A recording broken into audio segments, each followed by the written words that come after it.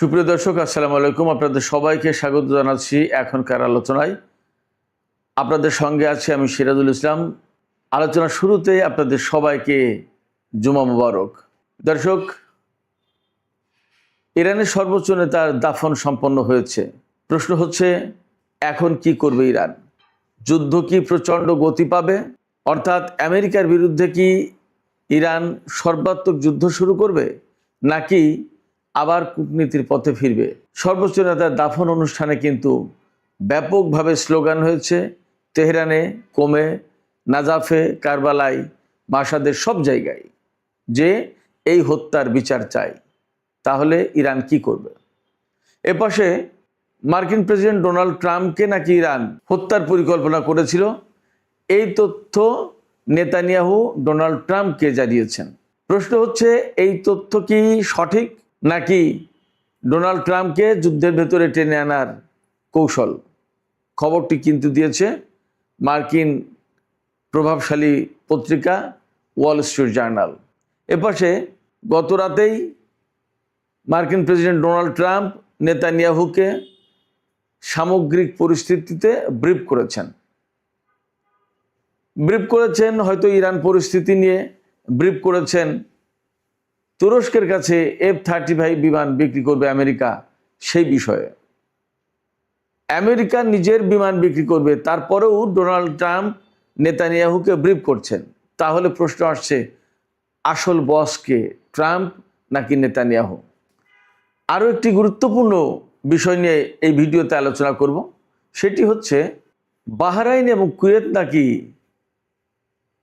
আমেরিকার সাথে জোট বেঁধে ইরানের উপর হামলা চালিয়েছিল। গত 2 দিন যে হামলা হলো, তাতে কুয়েত এবং বাহরাইন নাকি যুক্ত হয়েছে। প্রশ্ন আসছে, তাহলে কি উপসাগরীয় অঞ্চলের হিসাব নিকাশ বদলে যাচ্ছে? আমরা দেখেছি এপাশে গত রাতে ইরানের বিরুদ্ধে আমেরিকা কিন্তু কোনো হামলা চালায়নি। সঙ্গত কারণে ইরানও হামলা চালায়নি। শোনা যাচ্ছে দুই পক্ষ নাকি আবার কূটনীতির ট্র্যাকে ফিরে এসেছে। তাহলে প্রশ্ন হচ্ছে, মাঝে মাঝেই কেন এই হামলা পাল্টা হামলার ঘটনা ঘটছে? চুক্তির ভিতরে আসলে কোনো সমস্যা আছে কিনা? একই সাথে আরেকটি বিষয় আজকের ভিডিওতে আলোচনা করব। সে বিষয়টি হচ্ছে, ডোনাল্ড ট্রাম্পকে আমরা মাঝে মাঝেই দেখছি ইরানের বিরুদ্ধে হামলা চালাতে, কখনো দেখছি হামলা বন্ধ করতে, কখনো চুক্তির কথা বলছেন, কখনো শান্তির কথা বলছেন, কখনো ইরানি নেতাদেরকে প্রশংসা করছেন, আবার তিনি যুদ্ধ শুরু করছেন, আবার তিনি কূটনৈতিক আলোচনা ভেঙে দিচ্ছেন, আবার তিনি গালিগালাজ করছেন ইরানি নেতাদেরকে। এই যে একটা আউলা ঝাউলা অবস্থা, এই আউলা ঝাউলা পদ্ধতির যুদ্ধ করার কারণ কি? কেন তার কোনো সুনির্দিষ্ট স্ট্র্যাটেজি নেই? একই সাথে আমরা সর্বশেষ পর্যায়ে যে বিষয়টি নিয়ে আলোচনা করব, হরমুজ প্রণালীর এই ক্রিটিক্যাল সিচুয়েশনে তেলের বাজার কিন্তু আবার মারাত্মকভাবে অস্থির হয়ে পড়েছে। তাহলে আমাদের অর্থনীতির ভবিষ্যৎটা যাচ্ছে কোথায়? সুপ্রিয় দর্শক, এই সব বিষয়গুলো নিয়েই আমি এখন বিস্তারিত আলোচনা করার চেষ্টা করব। আশা করি আলোচনাগুলো খুব ভালো লাগবে, আর শেষ পর্যন্ত আপনারা সঙ্গেই থাকবেন। সাথে সাথে এও বলি, যদি ভিডিও ভালো লাগে তাহলে লাইক কমেন্ট করবেন এবং চ্যানেলটি সাবস্ক্রাইব করে সাথেই থাকবেন। দর্শক, চলুন আমরা বিস্তারিত আলোচনায় চলে যাই। ইরানের সর্বোচ্চ নেতা আয়াতুল্লাহ আলী খামেনি, তার দাফন সম্পন্ন হয়েছে গতকাল রাতে। ইরান সময় 9:30টার সময় সর্বশেষ জানাজা অনুষ্ঠিত হয়, এরপরে তার দাফন সম্পন্ন হয়। জানাজা পড়িয়েছেন তারই ছেলে মোস্তফা হোসাইন খামেনি। এই জানাজায় 1.5 কোটি মানুষ উপস্থিত ছিলেন বলে জানা যাচ্ছে। এই পর্যন্ত আমরা যা জানলাম, তেহরান, কোম, কারবালা, নাজাফ এবং মাসাদ, এই 5টা জায়গায় সর্বোচ্চ নেতার জানাজা অনুষ্ঠিত হয়েছে। এবং এই সব জানাজায় শোক মিছিলে শ্রদ্ধা জানানোর অনুষ্ঠানে মোট 4.5 কোটি মানুষ উপস্থিত ছিল, দেশ বিদেশ এবং ইরাকের মানুষ। ভাবা যায় মানুষের ইতিহাসে, অর্থাৎ আমাদের যে বিশ্বের ইতিহাস, সেই ইতিহাসে এত বড় জানাজা আর হয়নি, এবং আর হবে কিনা সেটা নিয়েও প্রশ্ন। যা হোক, আমরা এখন মূল আলোচনা এখানে সেটি হচ্ছে ইরানের সর্বোচ্চ নেতার জানাজা সম্পন্ন হয়েছে, দাফন সম্পন্ন হয়েছে। কিন্তু একটি বিষয় প্রচণ্ডভাবে জেগে উঠেছে, জাগরুক হয়ে উঠেছে, সেটি হচ্ছে সর্বোচ্চ নেতার হত্যাকারীদের বিচার করতে হবে। হত্যার বদলা চায়, হত্যার বদলা হত্যা। অর্থাৎ এরই মধ্যে আমরা দেখেছি বিভিন্ন জায়গায়, বিশেষ করে মাসাদে বড় বড় ব্যানারে লেখা আছে ডোনাল্ড ট্রাম্পকে হত্যা করতে হবে, ডোনাল্ড ট্রাম্পকে হত্যা করে, ইত্যাদি ইত্যাদি। এবং ইরানের যে IRGCর খাতামুল আম্বিয়া হেডকোয়ার্টার্স, এই খাতামুল আম্বিয়া হেডকোয়ার্টার্সের commander major general Ali Abdullahi তিনিও বলেছেন যে তারা সর্বোচ্চ নেতার হত্যাকাণ্ডের বদলার বিষয়টি কখনো ভুলে যাবে না এবং আমেরিকার সাথে কোনো আপোষ হবে না। এমনকি ইট মারলে পাটকেল ব্যাপারটা আর তেমন থাকবে না, সামান্য হামলার কঠোর জবাব হবে। তার মানে ইরান একেবারে পরিপূর্ণভাবে প্রস্তুত। এই জায়গায় প্রশ্ন আসছে, আসলে কি ইরান সর্বোচ্চ নেতার এই হত্যার প্রতিশোধ নেবে? নিলে কিভাবে নেবে? ইরান কি গোপনে ট্রাম্পকে হত্যার কোনো পরিকল্পনা সাজাবে, নাকি যুদ্ধের ভেতর দিয়েই কোনো না কোনোভাবে এই হত্যার প্রতিশোধ নেবে? এই অনেক বড় প্রশ্ন, অনেক প্রশ্ন। এই সমস্ত প্রশ্নের আসলে আমাদের কাছে কোনো জবাব নেই। হয়তো ভবিষ্যৎ বলে দেবে, সময় বলে দেবে কি হচ্ছে, কি হবে, কি হলো। তবে এইরকম একটা প্রেক্ষাপটে ইসরায়েলের প্রধানমন্ত্রী বেনিয়ামিন নেতানিয়াহু ডোনাল্ড ট্রাম্পকে জানিয়েছেন বা মার্কিন গোয়েন্দাদেরকে জানিয়েছেন যে ডোনাল্ড ট্রাম্পকে হত্যার পরিকল্পনা করছিল ইরান। কখন? আমরা জানি গত পরশুদিন এবং তার আগের দিন, এই 2 দিন তুরস্কের রাজধানী আঙ্কারায় নেটো জোটের সম্মেলন অনুষ্ঠিত হয়েছে, শীর্ষ সম্মেলন। সেই শীর্ষ সম্মেলনে ডোনাল্ড ট্রাম্প এসেছিলেন, যোগ দিয়েছিলেন। যাওয়ার সময় তিনি তার পুরনো এয়ারফোর্স 1 বিমানে করে তুরস্ক থেকে ব্রিটেন পর্যন্ত গেছেন। তারপরে ব্রিটেন থেকে তার নতুন এয়ারফোর্স 1 এই বিমানে করে আমেরিকা গেছেন। এই জায়গায় প্রশ্ন এসেছে এবং সাংবাদিকরা প্রশ্ন করেছে, আমি গতকালকের রাতের ভিডিওতে বলেওছি যে সাংবাদিকরা প্রশ্ন করেছিলেন ডোনাল্ড ট্রাম্পকে, আপনি কি ভয় পাচ্ছেন? আপনি বিমান পরিবর্তন করছেন, আপনার জীবনের কোনো ঝুঁকি আছে কিনা? তিনি তখন বলেছিলেন যে শত্রুরা আমাকে 1 নম্বর হিট লিস্টে, অর্থাৎ হত্যা তালিকার 1 নম্বরে আমাকে রাখে এবং ইরান তালিকা করেছে, আমাকে 1 নম্বরে রেখেছে। তিনি বলেছেন যে আমি এই সমস্ত কেয়ার করি না, বাট তিনি বিমান কিন্তু পরিবর্তন করেছেন এবং মার্কিন গোয়েন্দারা নাকি তাকে পরিবর্তন করতে বাধ্য করেছে যে এই বিমানে যাওয়া যাবে না, পুরনো বিমানে যেতে হবে। এটা নিয়ে প্রশ্ন আছে, তাহলে নেতানিয়াহুর এই তথ্য সত্য, নাকি ডোনাল্ড ট্রাম্পকে এই রকমের ভয় ভীতি দেখিয়ে বা ইরানের বিরুদ্ধে উস্কানি দিয়ে ডোনাল্ড ট্রাম্পকে আবার যুদ্ধের ময়দানে টেনে আনতে চান নেতানিয়াহু? সে প্রশ্ন কিন্তু আসছে।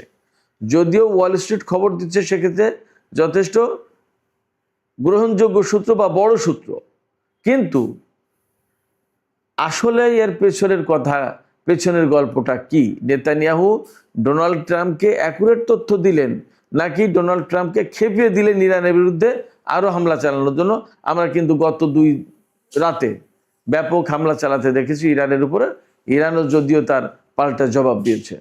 তাহলে এই জায়গায় এই প্রশ্ন খুব একটা অযৌক্তিক নয় যে নেতানিয়াহু আসল তথ্য দিয়েছে, প্রকৃত তথ্য দিয়েছে, নাকি ডোনাল্ড ট্রাম্পকে খেপিয়ে ইরানের বিরুদ্ধে নতুন করে যুদ্ধের উস্কানি দিচ্ছেন।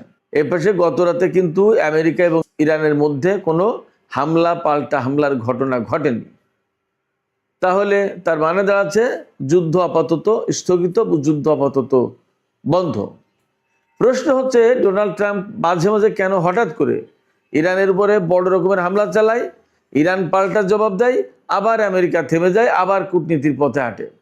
এর আগেও আমরা দেখেছি গত বছরের জুন মাসে যে যুদ্ধ হয়েছিল 12 দিনের, সেই যুদ্ধে আমেরিকা হঠাৎ করে ইরানের বিরুদ্ধে যুদ্ধে জড়িয়ে গেল। 1-2 দিন পরে বলল যুদ্ধবিরতি, যুদ্ধবিরতি, শান্তি শান্তি, একদম যুদ্ধবিরতি, এবং তিনি এই যুদ্ধ থেকে বেরিয়ে গেলেন এবং ব্লাফ মারলেন কি ইরান এবং ইসরায়েল 2 পক্ষই নাকি কান্নাকাটি করছে ডোনাল্ড ট্রাম্পের কাছে, আমরা যুদ্ধবিরতি চাই। যা হোক, তখন তো ইরান যুদ্ধবিরতি দিতে রাজি হয়নি, পরে এক পর্যায়ে রাজি হলো। আবার এই বছরে যে 40 দিনের যুদ্ধ গেল 28শে ফেব্রুয়ারি থেকে শুরু করে 7ই এপ্রিল পর্যন্ত, এই যে 40 দিনের যে যুদ্ধ গেল, এই যুদ্ধে ইরান কিন্তু কোনো মতেই বিরতি দিতে চায়নি, যুদ্ধবিরতি করতে চায়নি, কোনো চুক্তিতে যেতে চায়নি। আমেরিকা, বিশেষ করে মার্কিন প্রেসিডেন্ট ডোনাল্ড ট্রাম্প জোর জবরদস্তি করে, অনুনয় বিনয় করে বিভিন্ন দেশকে লাগিয়ে ইরানকে যুদ্ধবিরতিতে রাজি করিয়েছে। সেই যুদ্ধবিরতিতে রাজি করার পরই 2 দিন পরেই ইরানের উপরে নৌ অবরোধ দিয়ে রাখলো। আবার মাঝে মাঝে হামলা চালালো, ইরানও জবাব দিল। আবার কূটনীতির আলোচনা চলতে থাকলো, পাকিস্তান, কাতার, তুরস্ক বিভিন্ন দেশ মধ্যস্থতা করলো, আলোচনা করলো, বিভিন্ন রকমের তৎপরতা চালালো যাতে শান্তি চুক্তিটা হয়।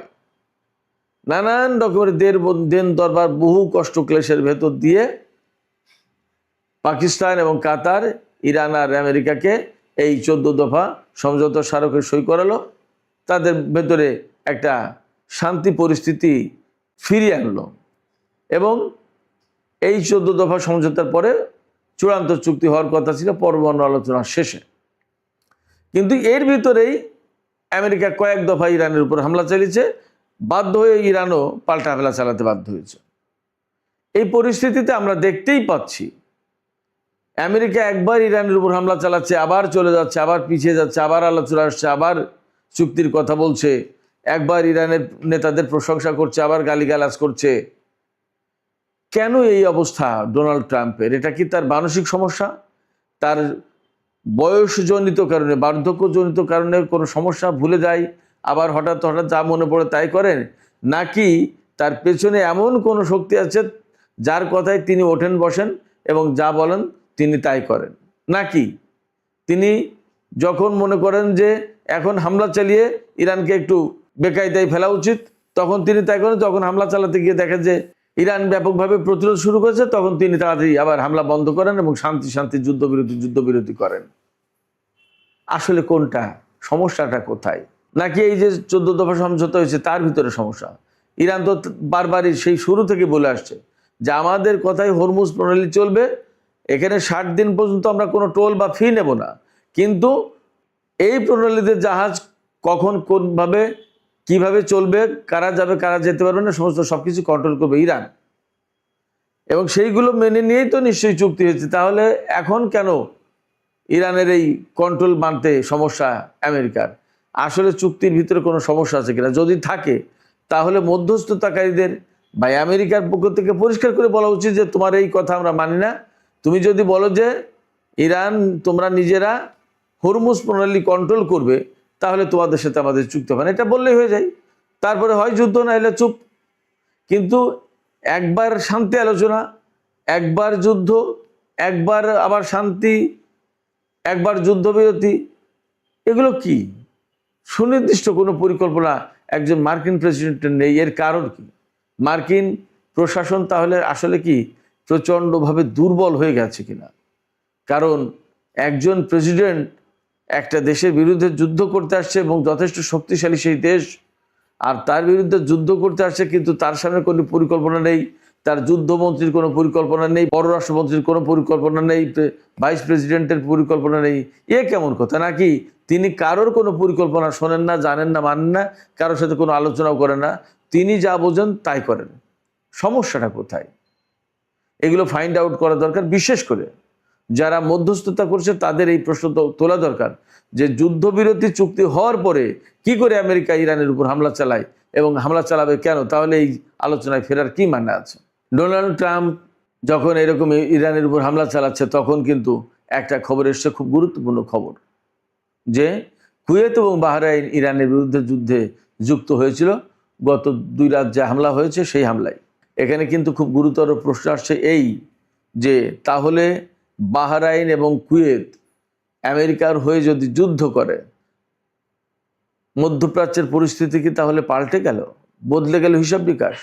যেখানে আমরা ধারণা করছিলাম যে আমেরিকা, ইরান এবং ইসরায়েলের ভেতরে যে যুদ্ধ হচ্ছে সেই জায়গায় আরব দেশগুলো চুপ ছিল। এখন আরব দেশগুলো যদি টুকটাক করে ইরানের বিরুদ্ধে যুদ্ধে জড়িয়ে পড়ে যুক্ত হয়, তাহলে তো বলতেই হবে পরিস্থিতি বদলে যাচ্ছে।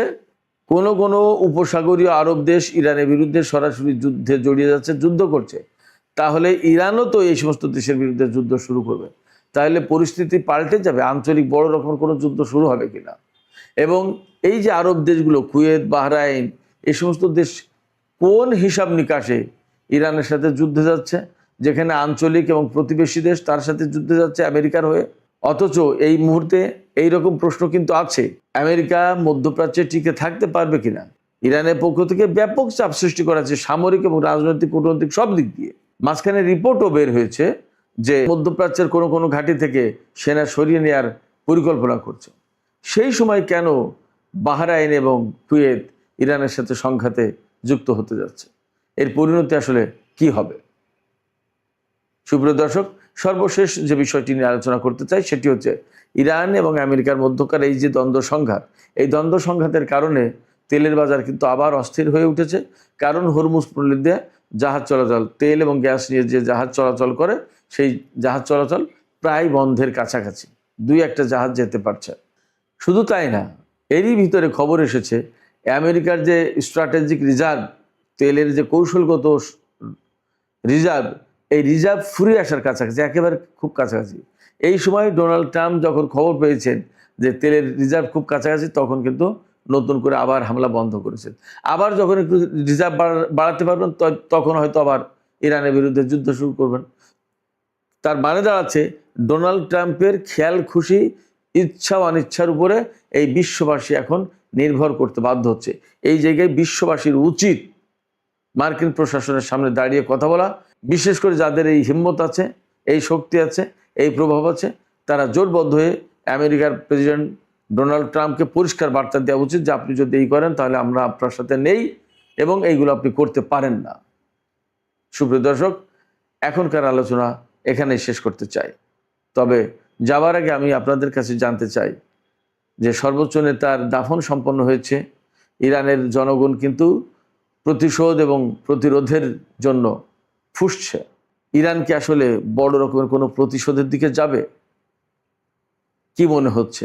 এপাশে বাহরাইন এবং কুয়েত ইরানের বিরুদ্ধে যুদ্ধে যোগ দিচ্ছে বা যোগ দিয়েছে, এই খবরকেই বা আপনারা কিভাবে দেখছেন? যদি সত্য হয় তাহলে বিষয়টি তো আসলে যথেষ্ট বিপজ্জনক।